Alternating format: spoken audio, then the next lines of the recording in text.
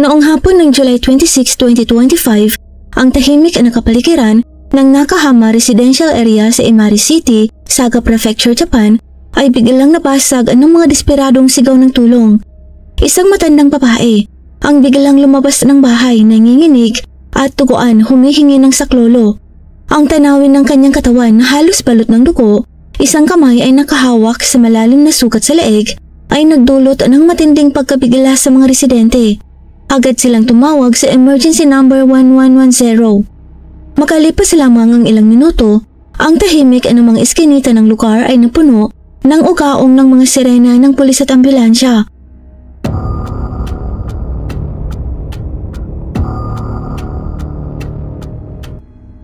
Pagpasok ng mga pulis matapos gibain ng pinto, tumambad sa kanila ang isang nakakatakot na eksena sa madilim na liwanag ng hapon. Sa mismong pintuan sa malamig na sahig ng tiles, nakahandusay ang isang babae. Tinatayang nasa edad 40, walang buhay at naliligo sa sariling dugo. Ang katawan ng biktima ay puno ng mararahas na sukat at patuloy pang tumutulo ang dugo na nag-iiwan ng mga mansya sa paligid. Hindi kalayuan, natagpuan ng mga investigador ang isang 70-year-old na matanda, ang ina ng biktima, at siyang nakalapas upang humingi ng tulong. Nawala na siya ng malay dahil sa sobrang pagturuko. Agad na binigyan ng paunang lunas ng medical team ang matanda at isinugod sa ospital sa kritikal na kondisyon, habang ikinordon naman ng mga pulis ang lugar at sinimulan ang masusing investigasyon. Para sa mga veteranong investigador, hindi nila malilimutan ang tindi ng karahasan at walang awang paraan ng pag-atake. Isang ordinaryong bahay sa gitna ng isang tahimik na hapon, biglang naging eksena ng madugong pagpaslang, isang bagay na nagdulot ng kilabot sa lahat. Ang posisyon ng katawan ni Maiko sa may pintuan ay nagpakita na agad siyang inatake pagkabukas ng pinto. At dahil parehong inatake ang mag-ina, malinaw na ang salarin ay walang awa, walang pag-aalinlangan.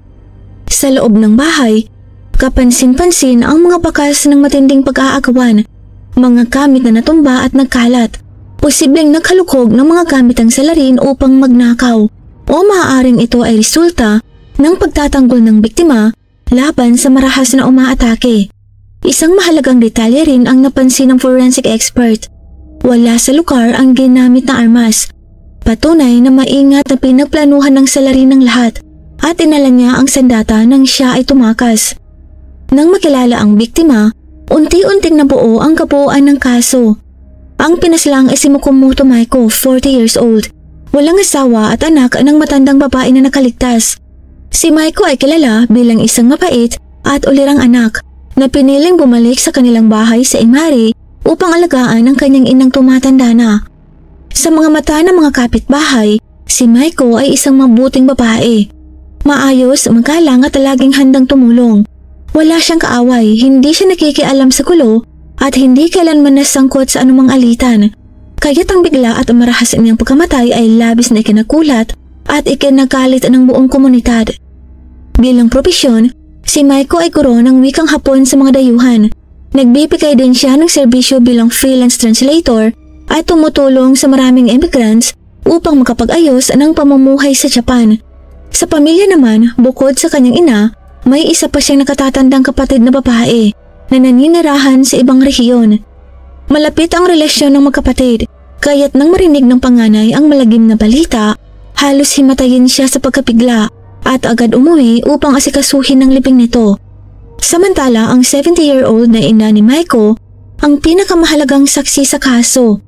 Kahit halos hindi na makapagsalita sa sakit at sa trawmang nasaksihan, sinikap pa rin niyang ikwento sa mga pulis ang nangyari. Ayon sa kanyang pahayag, bandang 4:20 ng hapon, tumunog ang doorbell sa kanilang bahay. Lumabas si Maiko upang buksan ang pinto.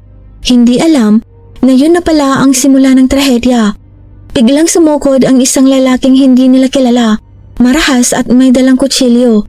Sumigaw ito ng pera, ibigay umano nila ang kanilang pitaka habang itinututok ang sandata.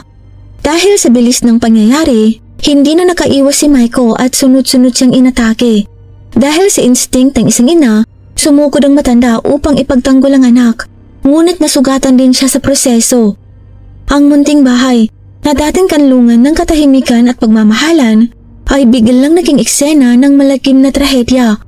Mula sa putol-putol at nanginginig na salaysay ng matandang ina, unti-unting nabuo ang kabuuan ng pangyayari. Isang madugong trahedyang naganap sa loob lamang ng ilang minuto. Ang salarin ay kumilos ng napakabilis, marahas na inatake ang mag-ina at matapos silang parehong bumagsak, agad itong tumakas.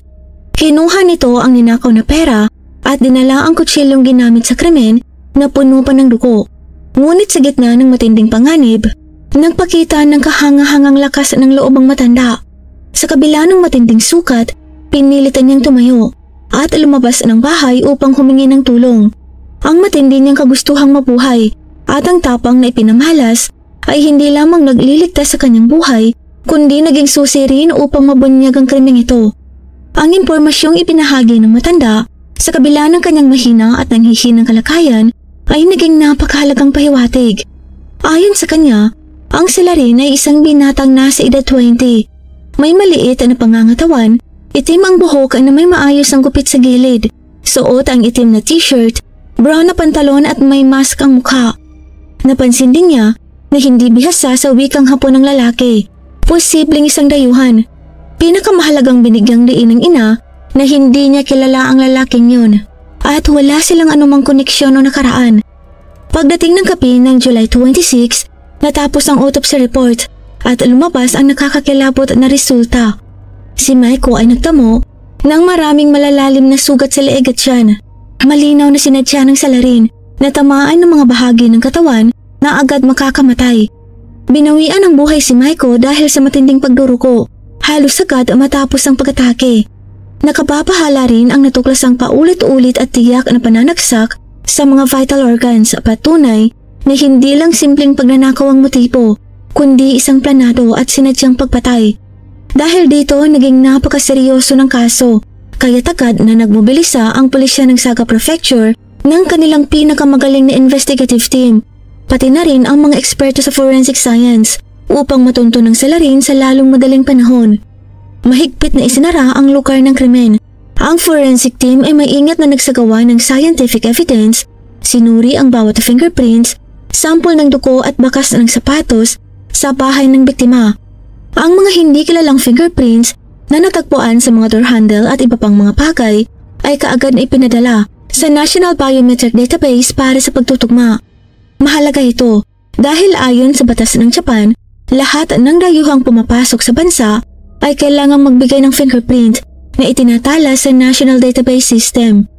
Habang hinihintay ang mga lab results, nagsagawa ang mga pulis ng malawakang pagsusuri sa mga CCTV na naka-install sa paligid ng lugar. Bagamat suburban area ito at hindi matao, mapalad na may ilang bahay at negosyo na may mga security camera. Lahat ng footage noong hapon ng July 26 ay kinolekta at ipinadala sa mga image analysis experts upang suriin ng detalyado. At sa pagsusuri ng mga video, may natuklasan silang mahalagang ebidensya. Isang binatang nakasuot ng itim na damit, naglalakad ng mabilis at tila balisa habang dumaraan sa lugar. Ang oras ng paglitaw nito ay eksaktong pagkatapos ng 4:20 ng hapon, ang oras ding nangyari ang pag-atake. Makikita siyang dumaraan sa maliit na kalsadang papunta sa pangunahing daan mula sa direksyon ng bahay ng biktima. Tugma ang itsura at suot ng lalaki sa paglalarawan ng nakaligtas na matandang saksi. Sa isa pang CCTV ng residente, nakita rin ng lalaki na tumungo sa direksyon ng isang compound kung saan nakatira ang mga dayuhang magkakawa at trainee sa lugar. Sa pamamagitan ng pagsusuri ng sunod-sunod na CCTV recordings, nabuo ng mga pulis ang rota ng pagtakas ng sospek. Mula sa bahay ng biktima, dumaan ito sa makitid na eskinita, tumawid sa daang lupa na bihirang madaanan at nawala patungo sa dormitory area ng mga trainees. Kapansin-pansin, habang tumatakas, maingat nitong iniiwasan ang mga pangunahing kalsada at lugar na maraming tao, dahilan kung bakit walang CCTV na malinaw na nakakuha ng kanyang mukha. Batay sa mga mahahalagang clues na natuklasan, nagpasya ang Saga Prefecture Police na baguhin ang kanilang estratehiya sa investigasyon at ituon ang pansin sa komunidad ng mga dayuhan na naninirahan malapit sa lugar ng krimen. Sa pamamagitan ng pagkikipag-ugnayan sa mga lokal na otoridad, nalaman nilang mayroong isang dormitory para sa mga foreign trainee na matatagpuan humigit kumulang 650 yards mula sa bahay kung saan naganap ang insidente. Ang mga trainee na ito ay karaniwang nagtatrabaho sa mga kumpanyang pang-agrikultura sa paligid ng Imari. Dahil sa kahalagahan ng impormasyon ito, mula paggabi ng July 26 hanggang umaga ng July 27, nagpadala ng mga tauhan ng pulisya sa naturang dormitoryo upang magsagawa ng investigasyon. Mabilis nilang tinipon ng listahan ng lahat ng dayuhang lalaki na nasa edad 20 hanggang 30 years old at kasalukuyang naninirahan doon. Sa proseso ng pagsusuri, isang pangalan ang agad na tumutok sa pansin ng mga investigador. Dam Doy Kang, 24 years old, isang Vietnamese. Ang katangian na pisikal ni Kang, edad, pangangatawan at estilo ng gupit na maayos sa gilid ay tumugma sa detalyadong paglalarawan ng nakaligtas na saksi. Sa pakikipag-usap ng mga investigador sa manager ng dormitoryo, napag-alamang mahigit 2 taon ang naninirahan si Kang doon at kasalukuyang nagtatrabaho sa isang lokal na agricultural company. Ngunit ang nakapagdulot ng matinding hinala ay ang katotohanan noong mismong hapon ng July 26 sa oras ng pag-atake day off ni Kang. Siya ay mag-isa sa kanyang silid at walang sino mang saksi na makapagpapatunay kung talaga bang naroon siya o wala sa oras ng krimen. Samantala, halos lahat ng iba pang trainee ay may malino na alipay. Nasa trabaho ayon sa schedule o nakikitang kasali sa mga aktibidad sa dormitoryo. Dahil dito, unti-unting nakatuon ang lahat ng hinala ng investigasyon kay Dam Doy Kang. Bandang hapon ng July 27, nang mabuo na ang malinaw na larawan ng kaso, batay sa mga indirect evidence, nagpasya ang mga pulis na harap-haraping kausapin ng suspect. Eksaktong 7:12 ng gabi, dumating ang detective team sa dormitoryo at kumatok sa pintuan ni Kang sa ilalim ng dahilan na siya ay iniimbitahan upang tumulong sa investigasyon. Nakakagulat, nang humarap siya sa mga pulis, si Kang ay kalma, walang bakas ng pagkataranta o takot. Pumayag siyang sumama sa istasyon ng pulisya ng Kusa at sa puntong yun ay wala pang formal na kasong isinampa laban sa kanya. Sa himpilan ng pulisya, sa tulong ng Vietnamese interpreter, nagsagawa ng paon ng investigasyon upang alamin ang koneksyon ni Kang sa kaso. Ngunit sa kalaunan, nagbago ang kanyang asal. Mula sa pagiging kalmado, naging malamig at tahimik. Sa lahat ng tanong tungkol sa kanyang tinitirhan, ginawa at kinaroroonan noong hapon ng krimen, umiwas siyang sumagot o nananatiling tahimik. At nang diretsong tanungin kung may alam ba siya sa nangyaring pag-atake kay Maiko, ang tanging sagot ni Kang ay malamig na ayokong magsalita. Pagkatapos nito ay yumuko siya at tumangging makipag-usap. Pagsapit ng gabi ng July 27 hanggang madaling araw ng July 28, nagsagawa ng emergency search ang mga pulis sa silid ni Kang sa dormitoryo. Dahil dito natuklasan ang ebidensyang tuluyang nagbunyag ng katotohanan. Sa loob ng kanyang mga kamit, natagpuan ng mga investigador ang isang kutsilyong may bakas pa ng dugo, ang pinakamahalagang piraso ng ebidensya. Ang kutsilyo ay may habang 5.3 inches at tumugma ang hugis at sukat sa mga sugat sa katawan ni Maiko.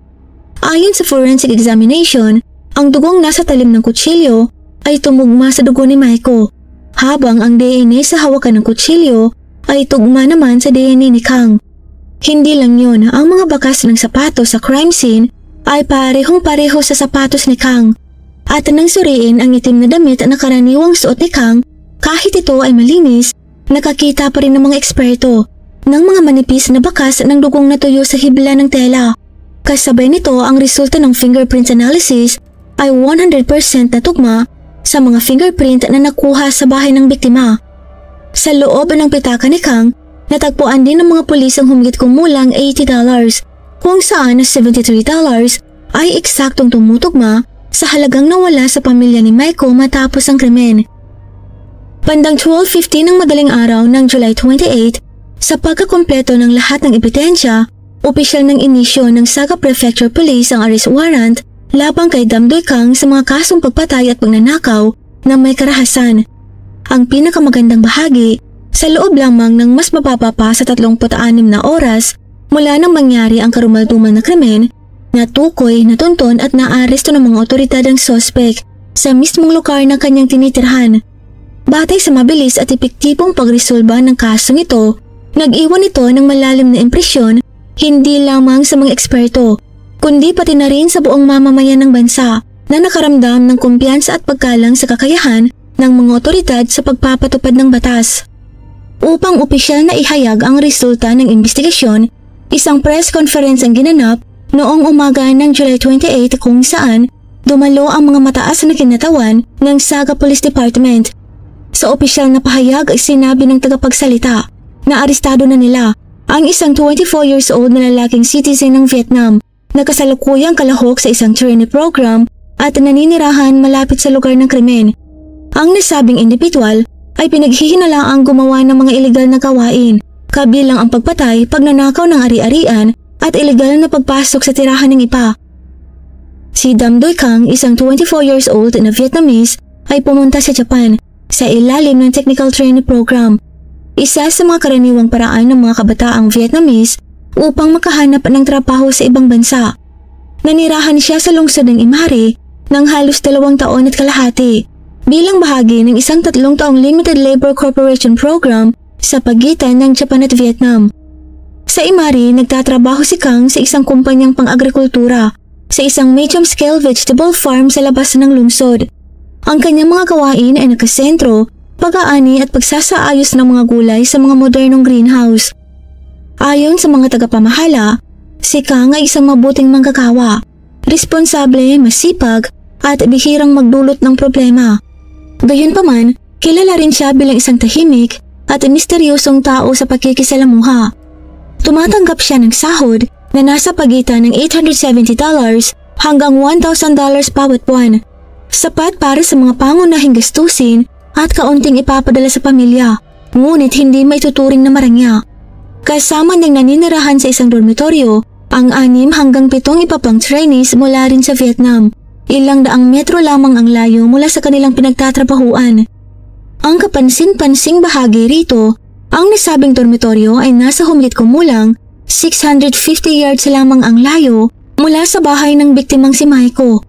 Isang distansyang napakalapit na tila ipinaglapit ng tadhana ang 2 taong walang anumang ugnayan tungo sa isang malagim na trahedya.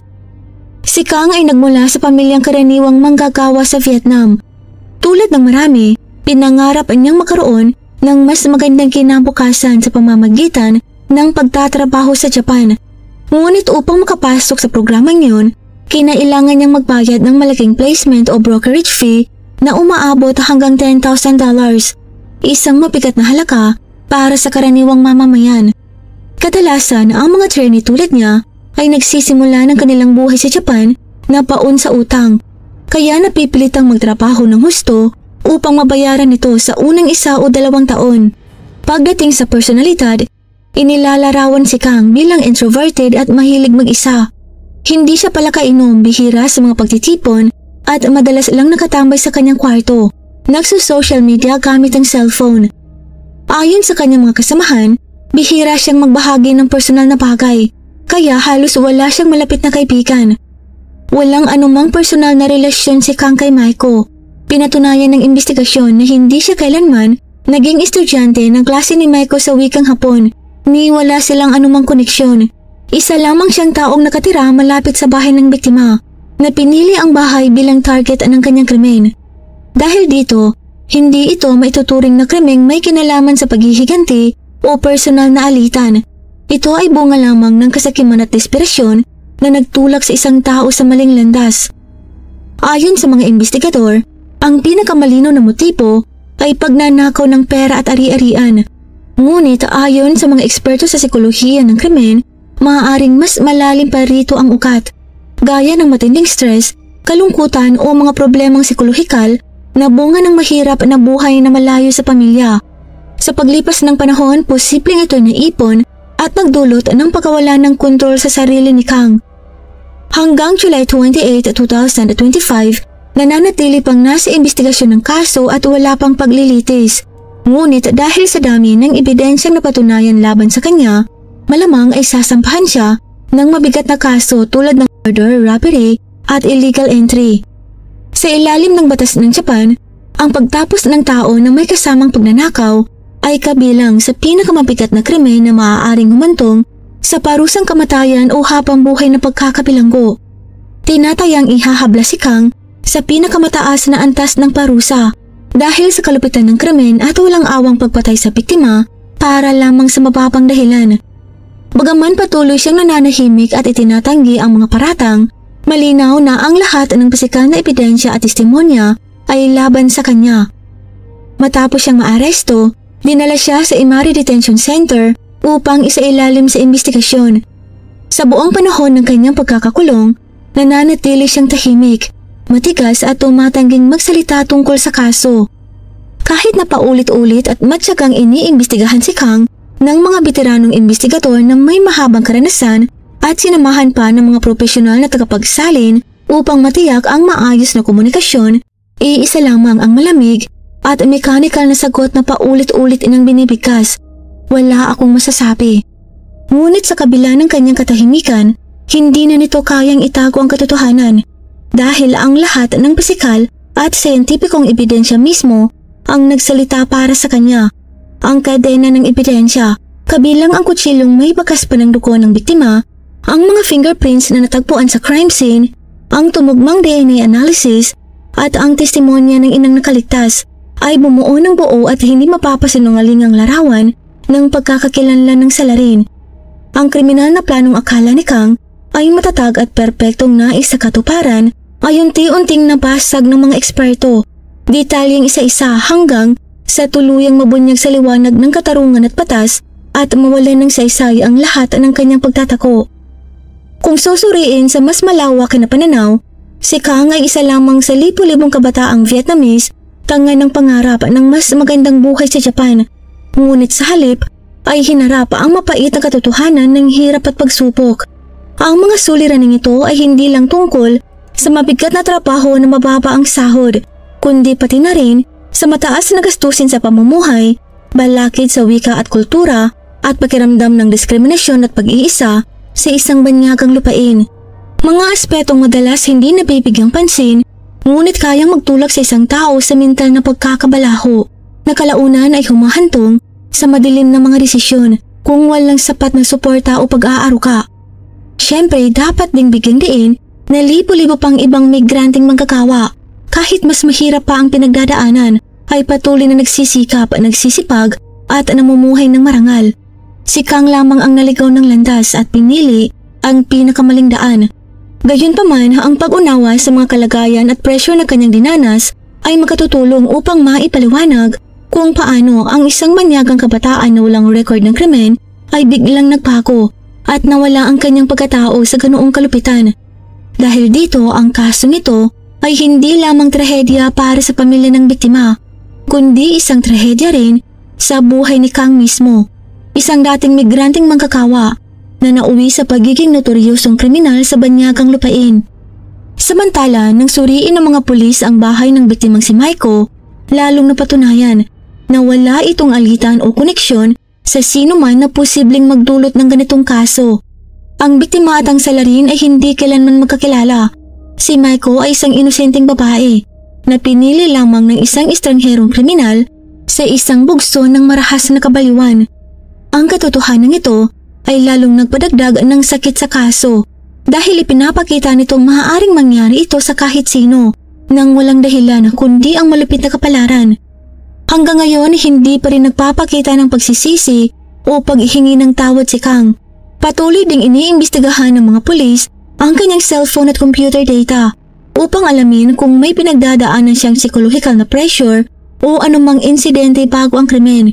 Sa kasalukuyan, walang anumang tala na si Kang ay may sakit sa pag-iisip o kasaysayan ng krimen sa Vietnam. Kilala ang Japan sa kanilang mahigpit na sistemang panghustisya, lalo na sa mga kasong may kinalaman sa pagpatay na may kasamang pagnanakaw. At anuman ang kahihinatnan, isang bagay ang tiyak, ibibigay ng batas ang hustisya at mananagot si Kang sa kanyang mga kasalanan. Ang malagim na kaso sa Imari ay hindi lamang kumitil sa buhay ng isang mabait na babae, kundi nag-iwan ng matinding bangungot tungkol sa pagkakakilanlan ng responsable at sa totoong dahilan sa likod ng karumaldumal na krimeng ito. Shoutout po kay Nini Habasa from Cubao. At siya nagtapos ang ating kwento ngayon. Maraming salamat sa inyong pagsubaybay at muli po tayong magkita-kita sa susunod na kaso. Paalam!